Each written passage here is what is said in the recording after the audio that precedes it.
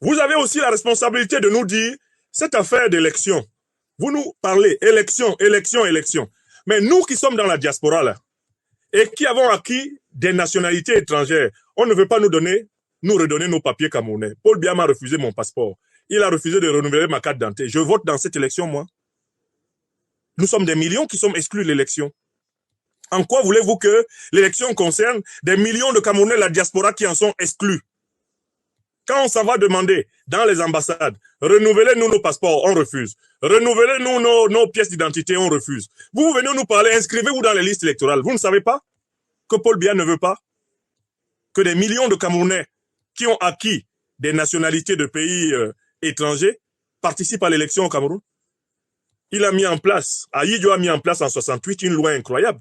L'homme camerounais qui acquiert une nationalité étrangère perd la nationalité camerounaise. Mais attention, pour que cette loi soit valable, il faut un décret d'application, comme m'a expliqué Maître Ndjifutao Woshawo Boubek, mon guide dans les questions judiciaires. Mais enfin, Paul Biya applique cette loi-là à géométrie variable. Il y a des Camerounais qui ont acquis la nationalité française comme moi, mais qui ont leur passeport camerounais et leur carte d'identité camerounaise actuellement, et qui sont dans la liste électorale. Mais moi, Niamsi, quand je me présente à l'ambassade du Cameroun à Paris, pour demander qu'on me donne mon passeport, pour demander qu'on me donne ma pièce, on dit non. Et vous voulez que moi, je sois concerné par une élection dont je suis exclu? Mon jeune frère, comment il s'appelle le Kamit, Bertie le Kamit, il y a 2 ans, il s'est plaint ici. Il voulait qu'on renouvelle son passeport camerounais. On a refusé. Parce que c'était un activiste critique de Paul Biya. On a refusé. Est-ce que vous savez qu'il y a des millions de Camerounais qui ne peuvent pas s'inscrire dans vos listes électorales? Vous demandez qu'on publie quoi? On publie les listes électorales dont des millions de Camerounais sont exclus? Est-ce que vous vous rendez même compte de l'injustice qu'il y a à dire au Conseil constitutionnel? Publier les listes électorales. Et nous, qu'on ne veut même pas inscrire dedans. Imaginez qu'on publie les listes électorales. Quand je ne vois pas mon nom dedans, ma part dedans, c'est quoi? Je fais quoi dans cette élection? On ne veut pas que je sois inscrit. Le droit français reconnaît la double nationalité.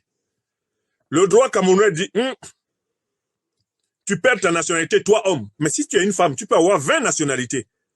Et tu restes camerounaise. Mais toi homme, si tu as acquis une autre nationalité, tu n'es plus camerounais. Et ils appliquent ça à la tête du client. Tous les footballeurs camerounais, là, ils ont tous les passeports. Ils ont le passeport camerounais.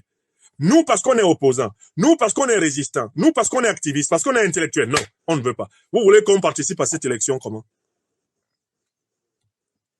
Non, vous voulez qu'on participe à cette élection comment? Puisque nous en sommes exclus, a priori. Même si le Conseil constitutionnel obtenait de l'ECAM, que l'ECAM publie les listes électorales demain matin, il n'y a pas le nom de Niamsi. Moi, je suis moins camerounais que Maurice Kamto. Je suis moins camerounais que Paul Biya qui a plusieurs nationalités, sa fille Brenda qui en a plusieurs, sa femme Chantal qui en a plusieurs, son fils Franck qui en a plusieurs. Je suis moins camerounais que... Et vous appelez ça élection. Et vous nous dites, c'est l'année électorale. Je vais voter où? Président Kamto, je vote où? Dans votre année électorale, je suis camerounais comme toi. Mon grand frère, tu es de père et de mère camerounais, moi aussi. Toi, tu votes, moi, je ne vote pas. Pourquoi? Et comment tu veux que l'élection, là, m'intéresse alors que je suis exclu? Oui! Il faut que le MRC réponde aux exclus des listes électorales. Il faut que le MRC réponde aux millions de Camerounais à qui on n'a pas redonné leur passeport ni leur carte d'identité depuis très longtemps parce qu'on les soupçonne de ne pas voter pour Biya. Et c'est ça la responsabilité de l'opposition politique. Donc pour ma part, je vous dis, moi, Niamsi Wa Cameroun, cette année 2025 n'est pas une année électorale. Elle sera consacrée à la mobilisation du peuple camerounais pour obtenir une transition vers de véritables élections. Il n'y a pas d'élection cette année. C'est une parodie. Ceux qui veulent participer à la parodie, qu'ils y aillent. Mais qu'ils ne prennent pas les Camerounais pour des mougous. On n'est pas des mougous.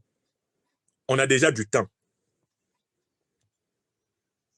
Moi, je ne vois pas pourquoi je dois me battre pour une élection dans laquelle je ne suis pas électeur.